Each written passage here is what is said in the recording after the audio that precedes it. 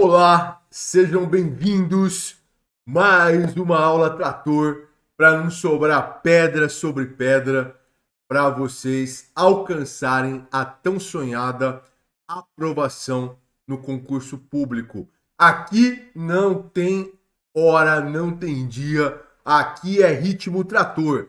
O nosso time é o mais foda. Mesmo no carnaval, eu estou aqui comprometido com a realização dos sonhos de vocês. Aqui não tem folga. Aqui é o bloquinho Sou Rei. Então vamos lá. Tema da aula 39, mudanças relativas à Lei Maria da Penha. Isso vai chover nas provas de delegado de polícia. Então pega o papel, pega a caneta para vocês anotarem aí. Porém, antes de começar, como eu sempre faço, sempre tem gente nova aqui, então eu tenho que falar quem eu sou. Meu nome é Thiago Garcia, para quem ainda não me conhece, também conhecido como Tratorzão. Então vamos lá, hoje eu escolhi essa foto aqui para me representar, uma matéria que saiu comigo na revista Veja. Delegado de polícia se torna referência nacional no combate à violência contra a mulher, porque eu tenho várias obras sobre a Lei Maria da Penha. Olha que bacana, muitas obras aí. E hoje o tema é Lei Maria da Penha. Por isso que eu coloquei aqui essa imagem. Eu sou delegado de polícia, professor, escritor e palestrante. Também sou psicanalista e tenho pós em neuropsicologia. Já estou caminhando para 20 livros escritos. Um dos últimos foi lançado lá em Brasília, no Superior Tribunal de Justiça. Recebi a medalha Heróis da Revolução de 32, uma das maiores honrarias concedidas pelo Estado de São Paulo. Consegui 3 feitos raros na minha época de concurseiro. Eu fui aprovado para delegado de polícia na primeira tentativa aos 24 anos e ainda fiquei entre os primeiros colocados. Já estou há 14 anos treinando concurseiros com inúmeros alunos da mentoria aprovados para delegado de polícia e também em outras carreiras que estão entre as mais difíceis e melhores do Brasil. Professor, como funciona esse esquema de aulas semanais? Todo sábado eu estou aqui às 11 da manhã. Professor, mas eu perdi as aulas anteriores. Não tem problema, começa daqui em diante. Todo sábado, sagradamente, 11 da manhã, eu estou aqui trazendo para vocês as melhores aulas do mundo. Sem essa enrolação, sem esse conteúdo superficial que existe em outros lugares. Aqui as aulas são incomparáveis. Você estuda para objetiva, para escrita, para oral, estuda a lei seca, doutrina, jurisprudência, direito internacional. As aulas são fodas! Modéstia à parte. Mas eu tenho que ser realista, não é? Professor, e se eu não conseguir acompanhar as aulas 11 da manhã? Elas ficam gravadas durante mais ou menos uma semana e depois elas saem do ar. Então, não tem desculpa para não ver. Para acompanhar e receber os links das aulas, é só permanecer na minha comunidade do WhatsApp. Professor, eu ainda não estou no WhatsApp, na sua comunidade. Entra no meu Instagram, Delta Thiago, manda um direct lá, que eu te passo o link da comunidade para você não perder mais nenhuma aula, tá bom? Professor, eu quero entrar na sua mentoria. Lá na mentoria, eu vou pegar na sua mão para acelerar a sua aprovação. Lá eu vou mostrar o que eu fiz para ser aprovado tão rápido com 24 anos na primeira tentativa. Lá eu vou te mostrar todos os segredos que estão sendo usados aí pelos meus alunos para acelerar as aprovações deles há 14 anos. Tá? Então são 14 anos de resultados de aprovações aceleradas. Entra lá no site para você ver mais. no sorrei.com.br. Anota aí. E você também pode mandar para mim um WhatsApp 011 91 089 9002. 011 91 089 9002. Manda o WhatsApp para você ficar na lista de espera. Você vai passar por uma análise e, se você for aprovado, eu vou entrar em contato para a gente conversar sobre a mentoria, tá bom? Lá eu vou pegar na sua mão para acelerar a sua aprovação.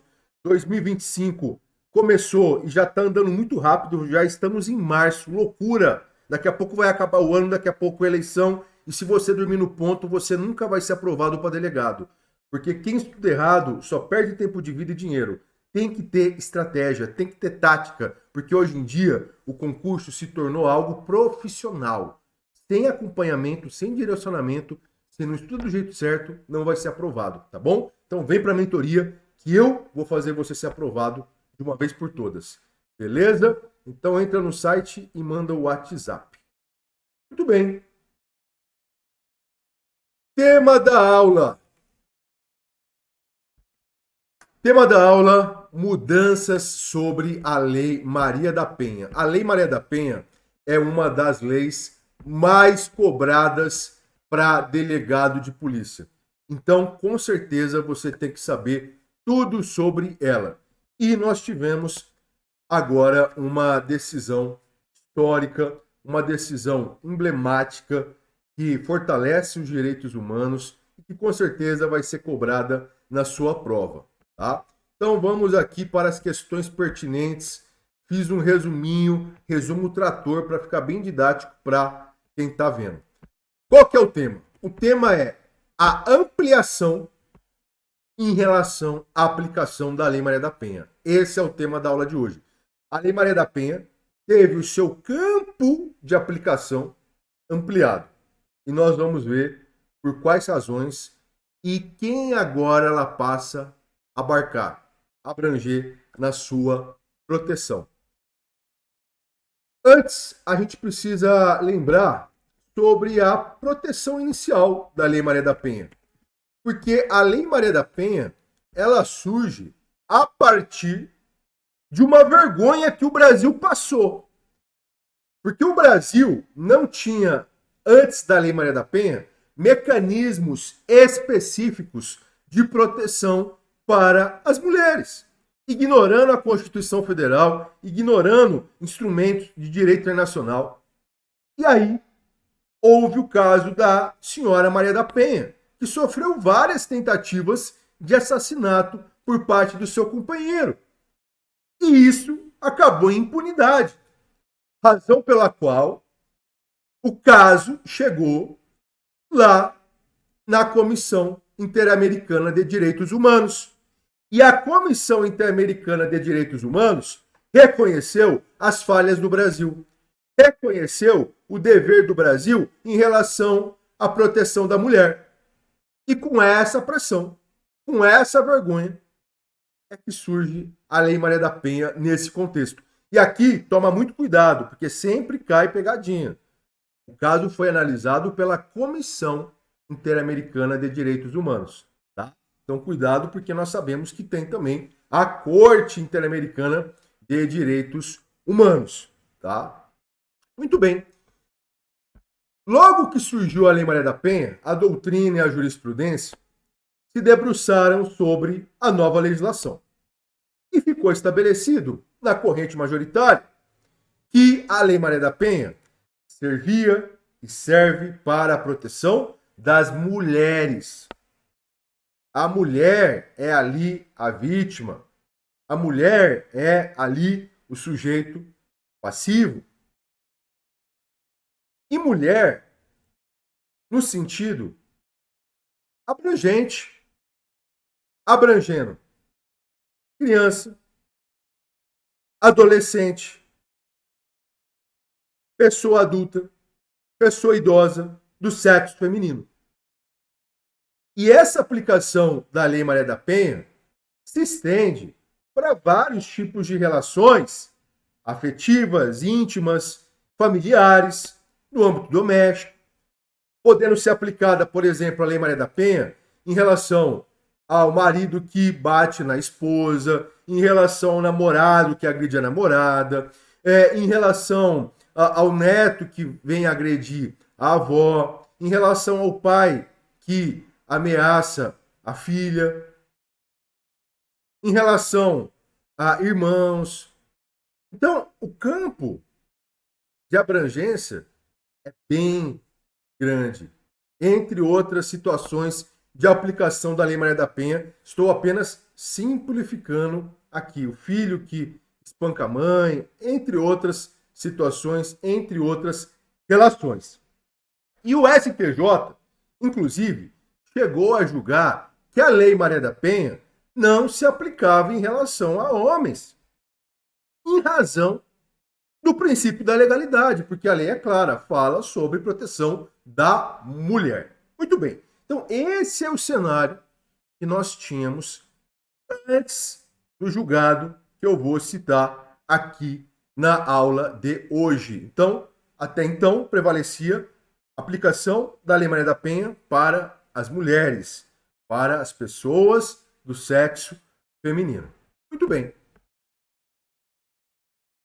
Ocorre que nós tivemos o julgamento agora do mandado de injunção 7452.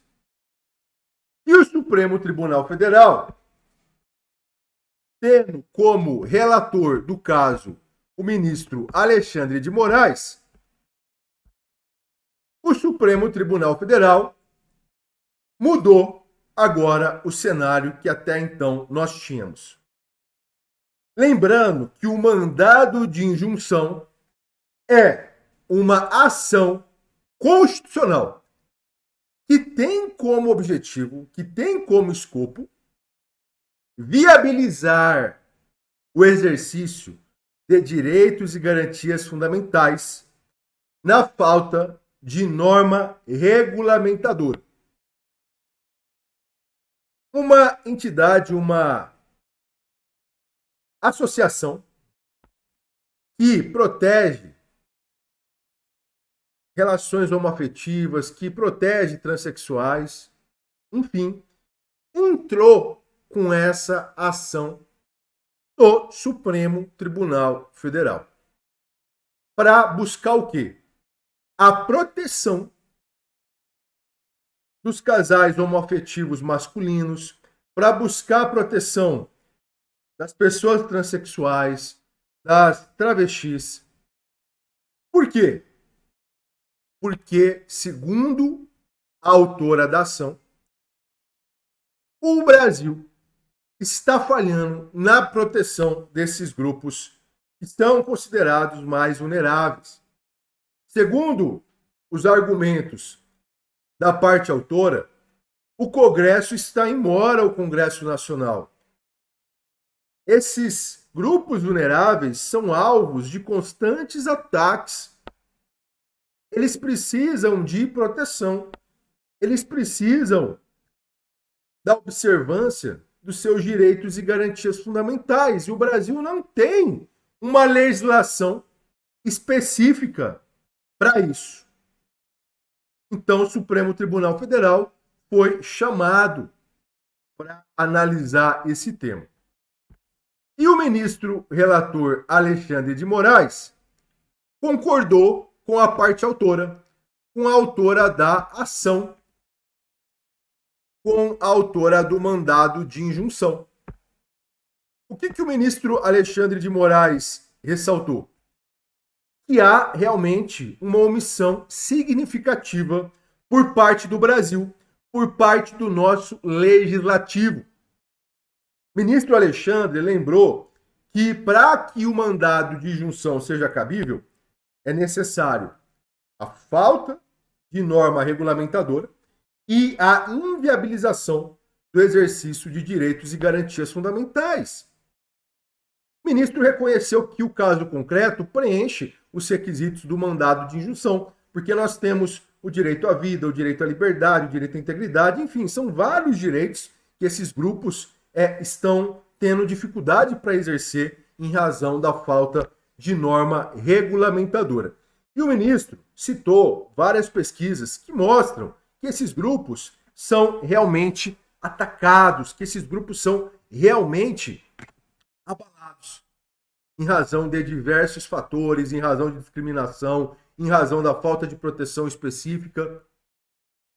O ministro citou ainda que há no Congresso projetos de lei tramitando para regulamentar essa matéria, essa proteção para esses grupos vulneráveis. Só que, segundo a jurisprudência, a mera tramitação de projeto de lei não é suficiente para afastar a mora do Congresso Nacional, ok? O que justifica, então, a intervenção, a atuação do Supremo Tribunal Federal. Muito bem. Ao analisar a questão da proteção dos grupos vulneráveis, o ministro Alexandre de Moraes entendeu que o ordenamento jurídico ele deve proteger, ele deve tutelar a entidade familiar. Todos os tipos de entidade familiar, incluídos os casais homoafetivos masculinos. Então, o ministro Alexandre de Moraes entendeu que deve ser aplicada a Lei Maria da Penha para proteger esses casais homoafetivos masculinos, quando a vítima homem se encontra em uma posição de subordinação. Então percebam que a Lei Maria da Penha, a incidência dela foi ampliada para proteger os casais homoafetivos masculinos, porque não há uma norma específica de proteção para essas pessoas. Então, como o Congresso está em mora, vamos aplicar a Lei Maria da Penha para proteger essas pessoas. Professor, mas não daria para proteger essas pessoas, por exemplo, com as medidas cautelares diversas da prisão previstas no Código de Processo Penal? Os ministros disseram que as medidas protetivas da Lei Maria da Penha são mais eficazes, porque tem requisitos mais simples, porque o deferimento, em tese, é mais rápido. Por isso que um dos motivos para aplicação desse entendimento foi esse. As medidas da Maria da Penha são mais eficazes. Muito bem. Então aqui nós temos agora a proteção dos casais homoafetivos masculinos. Algo que até então não era aplicado, conforme eu mencionei no início da aula. Outra coisa importante, o ministro Alexandre de Moraes foi seguido aí pelos seus pares, também analisou a questão da identidade social feminina, dizendo em seu voto que o termo mulher previsto na Lei Maria da Penha vale também não só para a mulher considerada no sentido do sexo feminino, devendo abrigar também, devendo proteger também a lei o gênero feminino. Porque gênero abrange mais. É mais o quê? Abrangente. Quando a gente compara com o sexo feminino. Então, falar em sexo feminino é uma coisa, falar em gênero feminino é outra. Então, para o ministro Alexandre de Moraes, a lei não protege apenas as pessoas do sexo feminino, mas também as pessoas do gênero feminino, que tem um leque maior, que tem um campo de atuação mais alargado. E aqui devem ser incluídas as mulheres transexuais ou travestis. nas relações intrafamiliares. Foi isso que o ministro Alexandre de Moraes decidiu em relação à questão das pessoas transexuais, travestis. O STJ, inclusive, já tinha precedentes aí em relação a transexuais. Agora, o Supremo também deixa isso bem claro, incluindo travestis, tá? Na proteção da Lei Maria da Penha, porque não há uma legislação específica para a proteção de transexuais, para a proteção de travestis, tá bom? Muito bem. Professor, quais foram os fundamentos usados nesse julgamento? Foram vários fundamentos do nosso ordenamento jurídico. Vários fundamentos foram usados. Entre outros, artigo 1º, inciso 3º da Constituição Federal, artigo 3º,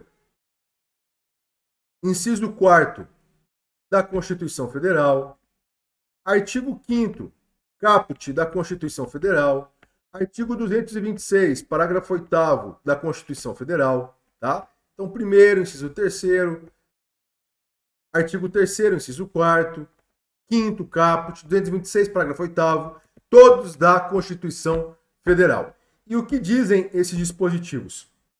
Falam sobre os fundamentos da República, os objetivos da República, e lá nós encontramos a dignidade da pessoa humana, a promoção do bem de todos, sem discriminação.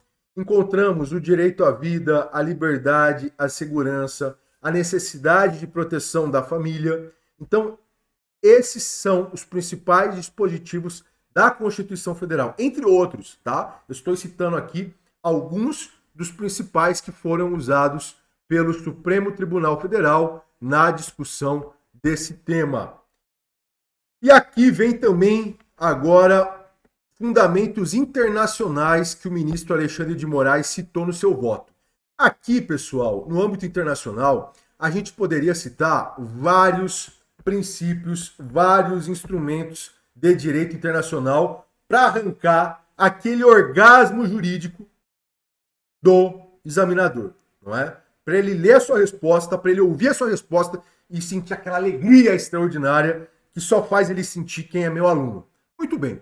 Então aqui você pode disparar como torpedo para impressionar o examinador, para arrancar uma nota máxima dele, quando você for fazer uma dissertação, quando você for fazer uma prova subjetiva sobre esse tema, você deve lembrar dos princípios de Yogyakarta, que são estudados no âmbito dos direitos humanos, no âmbito do direito internacional.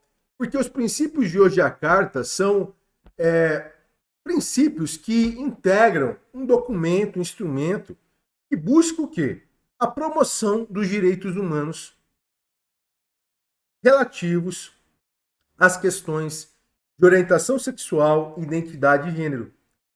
Independentemente de identidade de gênero, independentemente de orientação sexual, todas as pessoas merecem proteção. E o Estado tem o dever de proteger esses grupos vulneráveis.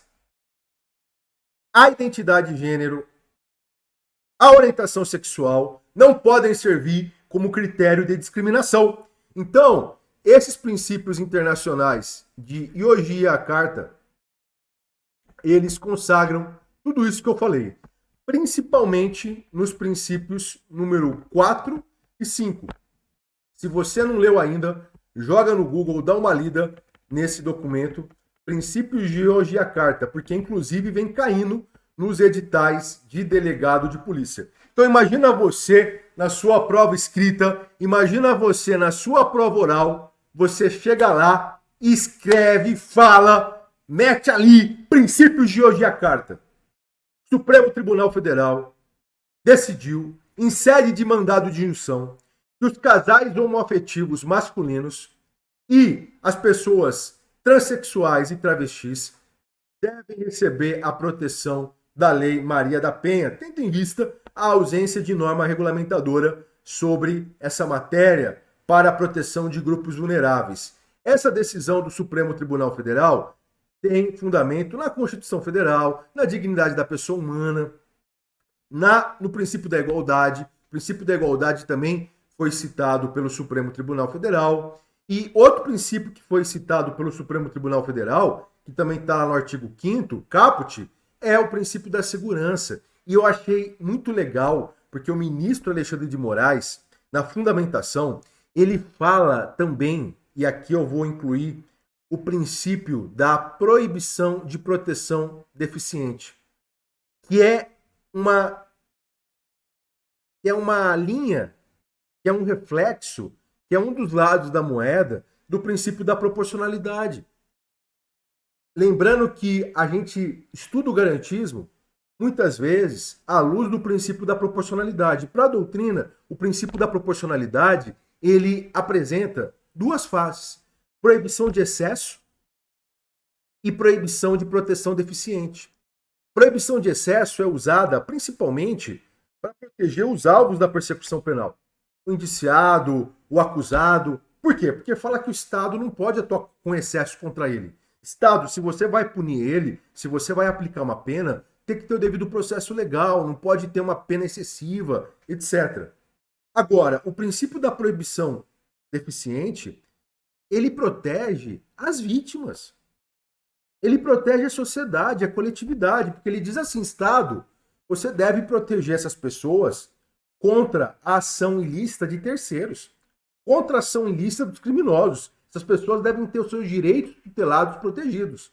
Então, eu acho interessante a citação do princípio da proporcionalidade na sua face, proibição de proteção deficiente, para fundamentar essa decisão. Porque a gente pode trazer à discussão a questão do garantismo, o garantismo positivo, o garantismo negativo. Então, isso enriquece muito a sua prova se você citar também essa argumentação. Então, imagina você escrevendo tudo isso para o seu examinador ou falando para ele, ele vai te dar nota máxima. Imagina aí, depois logo em seguida você chega e mete ali princípios de hoje a carta. Além disso, além dos fundamentos que o Supremo usou do ponto de vista da Constituição Federal, há também fundamentos no direito internacional.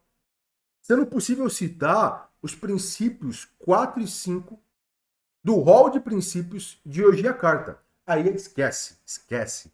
Não vai sobrar pedra sobre pedra, concorrência vai se ferrar e você vai alcançar a glória! Então lembra disso! Princípios de hoje a carta! Ó que nome bonito!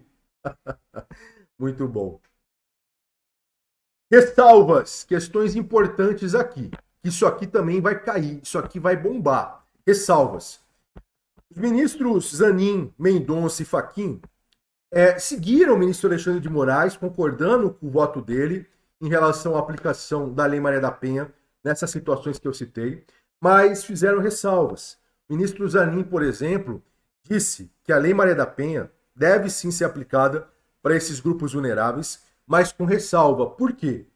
Porque em relação às sanções penais que tem como premissa, como pressuposto a mulher, essas sanções penais não podem ter o campo de abrangência delas alargado. Ou seja, por exemplo, no feminicídio, eu não posso considerar que matar um homossexual masculino, eu não posso considerar que isso seja feminicídio, porque o núcleo ali é mulher. O ministro Zanin também citou, por exemplo, a questão do crime de descumprimento de medida protetiva, artigo 24A. Ele fala, ali também há necessidade de ter uma mulher, porque a lei fala em mulher. E quando a gente está falando de crime, de direito penal, há um princípio sagrado, inegociável, que é o princípio que veda a analogia em malam partem. Então, segundo o ministro Zanin, se eu tiver, por exemplo, uma medida protetiva concedida para uma pessoa numa situação de casal homoafetivo masculino e essa medida protetiva for descumprida, eu não posso punir o agressor com base no artigo 24A, porque pelo sistema tem que ter ali a mulher já que isso envolve matéria de direito penal e a Lei Maria da Penha cita a mulher em relação às medidas protetivas. Tá? Então, dá para aplicar as protetivas para proteger essas pessoas, mas se entrar temas de direito penal, não dá para alargar o campo de incidência, porque aí seria analogia em Malam Partem, tá? E isso não é permitido, tá bom? Então, cuidado com isso. Isso é uma questão polêmica, a doutrina vai discutir isso, jurisprudência vai discutir isso, só que temos votos de vários ministros do Supremo nesse sentido, não aceitando analogia em Malam Partem, tá? Questões instigantes. Questões instigantes, vamos lá. Eu separei aqui algumas questões instigantes que nós temos na doutrina e essas discussões vão continuar. Por exemplo, ora, se a Maria da Penha ela vai servir para proteger grupos vulneráveis, por que não poderia proteger, então, um homem mais vulnerável? Não necessariamente em uma relação homoafetiva masculina, mas, por exemplo, um homem heterossexual que, ali na relação, ele acaba sendo a parte mais vulnerável. Professor, mas isso é difícil. Obviamente que não é a regra, é exceção. Mas, segundo uma parte da doutrina, isso em tese é possível. Imagina um homem que, por uma situação, uma condição física, um problema de saúde, uma condição financeira, enfim, alguma coisa que deixe ele em uma posição vulnerável, mesmo sendo uma relação heterossexual. Então, segundo essa corrente, ora, se o critério é grupos vulneráveis, se o homem, mesmo sendo heterossexual, ele se encontrar em uma posição mais vulnerável, mais frágil, seria cabível, em tese, a Maria da Penha. O Supremo não adotou essa corrente, mas fica para discussão. Outra questão instigante que vai gerar debate é a aplicação para proteção de travestis. Porque tem uma corrente da doutrina que cita que, ora, o travesti, ele não se recusa, ele aceita o seu sexo biológico. É que ele vai se vestir como mulher, vai se identificar como mulher, mas ele aceita o sexo biológico, diferentemente das pessoas transexuais. E aí, como que fica isso? Se ele aceita o sexo biológico dele? Então, são questões que eu deixo aqui para análise de vocês, e eu gostaria de saber também a opinião de vocês, obviamente sempre respeitosa. Eu sempre defendi nas minhas obras, palestras, a proteção de grupos vulneráveis, mas é importante trazer essa discussão para debater, para estimular o raciocínio, tá bom? Então é isso. Estamos juntos para a gente passar o trator, lembrando que nós vamos passar o trator sem dó nem piedade. Lembrando sempre, se você ainda não curtiu, curte aqui a aula, me segue no YouTube e depois que acabar esse vídeo, volta aqui para você deixar o seu comentário, tá? Porque é importante para mim ver o seu comentário para me sentir motivado para continuar com esse projeto de milhões de aulas de graça aí para vocês. Não é fácil, é corrido, eu tenho que sacrificar uma parte do meu sábado. Ninguém por aí faz isso, então valorizem, tá bom? E entrem na mentoria, porque o tempo está voando e vocês precisam ser aprovados. Acessa lá o site sorrei.com.br ou manda um WhatsApp para mim, 011 91089 9002. Lá eu vou pegar na sua mão para acelerar sua aprovação para delegado de polícia, para você não perder mais tempo de vida, para você não perder mais dinheiro. Valeu, até a próxima!